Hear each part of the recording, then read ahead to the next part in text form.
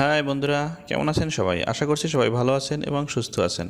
MS Excel Bangla video টিউটোরিয়ালের আরও একটি নতুন পর্বে আপনাদের স্বাগত জানাই। বরাবরের মতো সাথে আছি আমি Jayanta Nandi from Srijan academy. বন্ধুরা, সৃজন একাডেমি আপনাদের জন্য মাইক্রোসফট অফিস প্যাকেজের সফটওয়্যারগুলোর উপরে বাংলা ভাষায় ভিডিও টিউটোরিয়াল তৈরি করছে এবং ইউটিউবে আপলোড করছে। আপনারা সেই সমস্ত আপলোডেড ভিডিওগুলো যদি খুব সহজেই পেতে চান তাহলে চ্যানেলটি এখনই এখান থেকে সাবস্ক্রাইব করে নিন এবং পাশে থাকা বেল আইকনটিতে ক্লিক করে অল অপশনটি সিলেক্ট করে দিন, যাতে করে আমি যখনই নতুন কোনো ভিডিও আপলোড করব আপনারা সাথে সাথে এখানে তার নোটিফিকেশন পেয়ে যান। আর আপনি যদি অলরেডি সাবস্ক্রাইব করে থাকেন তাহলে thank you so much. Welcome বন্ধুরা, এমএস এক্সেল ধারাবাহিক টিউটোরিয়ালের আজকের 29 নম্বর পর্বে আপনাদেরকে স্বাগত জানাই। গত পর্বে আমরা কিভাবে এক্সেলের মাধ্যমে যোগ, বিয়োগ, গুণ, ভাগ এগুলোর সমস্যা সমাধান করতে হয় সেই বিষয়গুলো দেখেছিলাম। সেখানে আমরা যোগ করার জন্য অনেকগুলো অপশন দেখেছিলাম, একেবারে বেসিক থেকে আস্তে আস্তে ধাপে ধাপে করে অ্যাডভান্স পর্যন্ত আমরা যোগ কিভাবে করতে হয় দেখিয়েছিলাম। তো আজকে আমরা আরও অ্যাডভান্স যোগ কিভাবে করতে হয় সেই বিষয়টা দেখব। সাথে সাথে আরেকটা নতুন সূত্র আজকে আমরা দেখব, সেটা হলো এভারেজ। অর্থাৎ আমরা আজকে যোগ করা শিখব, অ্যাডভান্স লেভেলের যোগ করা শিখব এবং এভারেজ, এই দুইটা সূত্র আজকে আমরা দেখব। তো চলুন বন্ধুরা শুরু করি।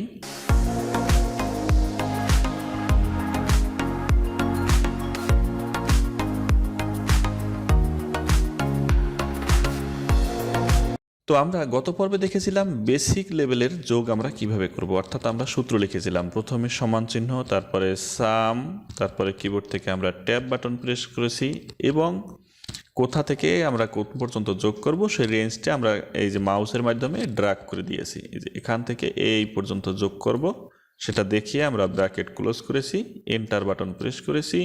তারপরে আমরা কি করেছি, এখান থেকে ফিল হ্যান্ডেলিং করে দিয়েছি, অর্থাৎ সবগুলো জায়গায় যেন আমার এই সূত্রটা অ্যাপ্লাই হয়ে যায় এবং রেজাল্ট আমরা দেখতে পারি। তো আজকে আমরা দেখব কিভাবে আরও সংক্ষিপ্ত পদ্ধতিতে, আরও শর্টকাট ওয়েতে আমরা যোগ করতে পারি।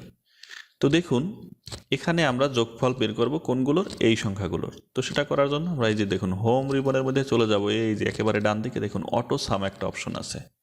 আমরা এখানে অটোসাম অপশনটিতে একটা ক্লিক করলাম।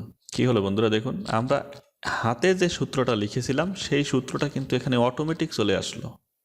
এবারে শুধু আমরা কিবোর্ড থেকে এন্টার বাটন প্রেস করব। দেখুন আমাদের রেজাল্ট কিন্তু চলে এসেছে। এখান থেকে আমরা আগের মতো এই যে ফিল হ্যান্ডেলিং করে দিলাম, সবগুলো জায়গায় কিন্তু আমার সূত্রটা অ্যাপ্লাই হয়ে গেল।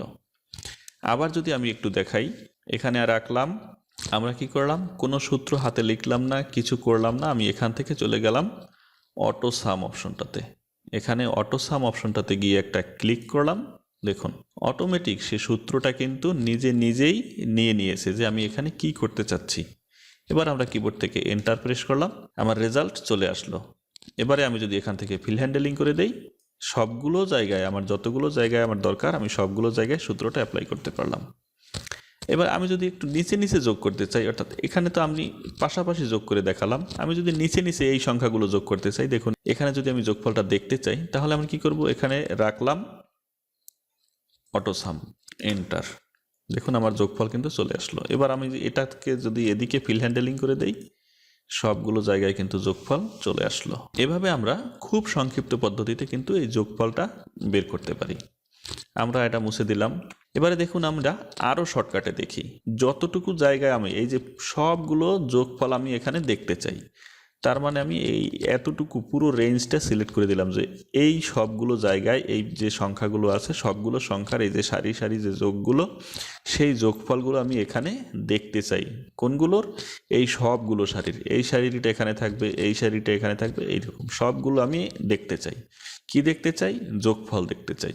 তো সেটা দেখার জন্য আমরা কি করব, এখান থেকে এই যে দেখুন অটোসাম, এখানে আমি রেঞ্জটা সিলেক্ট করে দিলাম, এখানে গিয়ে অটোসাম ক্লিক করলাম।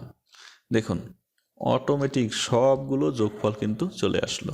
আমি নিচে নিচে যদি যোগগুলো রাখতে চাই তাহলে এই যে এই পর্যন্ত আমি নিচে নিচে যোগফল দেখতে চাই, তো এই পুরোটা সিলেক্ট করলাম, চলে গেলাম অটোসাম। দেখুন সবগুলোর কিন্তু যোগফল চলে আসলো। তো এভাবে আমরা খুব সহজেই এই যোগফলগুলো বের করতে পারি। আচ্ছা, যোগ করার জন্য আরও একটা শর্টকাট পদ্ধতি আছে, দেখুন সেটাও আপনাদের এখনই দেখিয়ে দিচ্ছি, পরবর্তীতে দেখানোর দরকার নেই, আমি এখনই দেখিয়ে দিচ্ছি। আরও একটা শর্টকাট ওয়ে আছে, সেটা হলো আপনি কোন জায়গায় যোগ করতে চান, এখানে যোগ করতে চান, কোন সংখ্যাগুলোর? এই সংখ্যাগুলোর। আপনি এখানে রেখে শুধুমাত্র কিবোর্ড থেকে অল্ট ইকুয়াল, আমরা এই যে অটোসাম ব্যবহার করেছিলাম সেই অটোসামের কিবোর্ড শর্টকাট হচ্ছে অল্টার এবং ইকুয়াল। অল্ট এবং ইকুয়াল বাটনটা একসাথে যদি আমরা প্রেস করি তাহলে আমার এই যে অটোসামের কাজ করবে। তো দেখুন আমরা এই শর্টকাট পদ্ধতিটাও কিন্তু শিখে নিলাম। তো আরেকবার যদি আমি দেখাই, এখানে আমি মাউসটা রাখবো বা এখানে আমি কার্সার রাখবো, কিবোর্ড থেকে অল্ট ইকুয়াল এন্টার, আমার কিন্তু যোগফল চলে এলো। আবার আমি যদি এখান থেকে ফিল হ্যান্ডেলিং করে দেই, সবগুলো ফিল হ্যান্ডেলিং হয়ে গেল এবং সবগুলোর রেজাল্ট কিন্তু আমরা এখানে দেখতে পারলাম। আবার এখান থেকে আমরা যদি ডিলিট করে দিয়ে এভাবে থাকা অবস্থায় আমরা যদি কিবোর্ড থেকে অল্ট ইকুয়াল প্রেস করি তাহলে দেখুন সবগুলো একসাথে কিন্তু যোগফল আমরা চলে আসলো। আবার নিচের দিকে যদি করতে চাই অল্ট ইকুয়াল, দেখুন এখানেও সবগুলোর যোগফল চলে আসলো।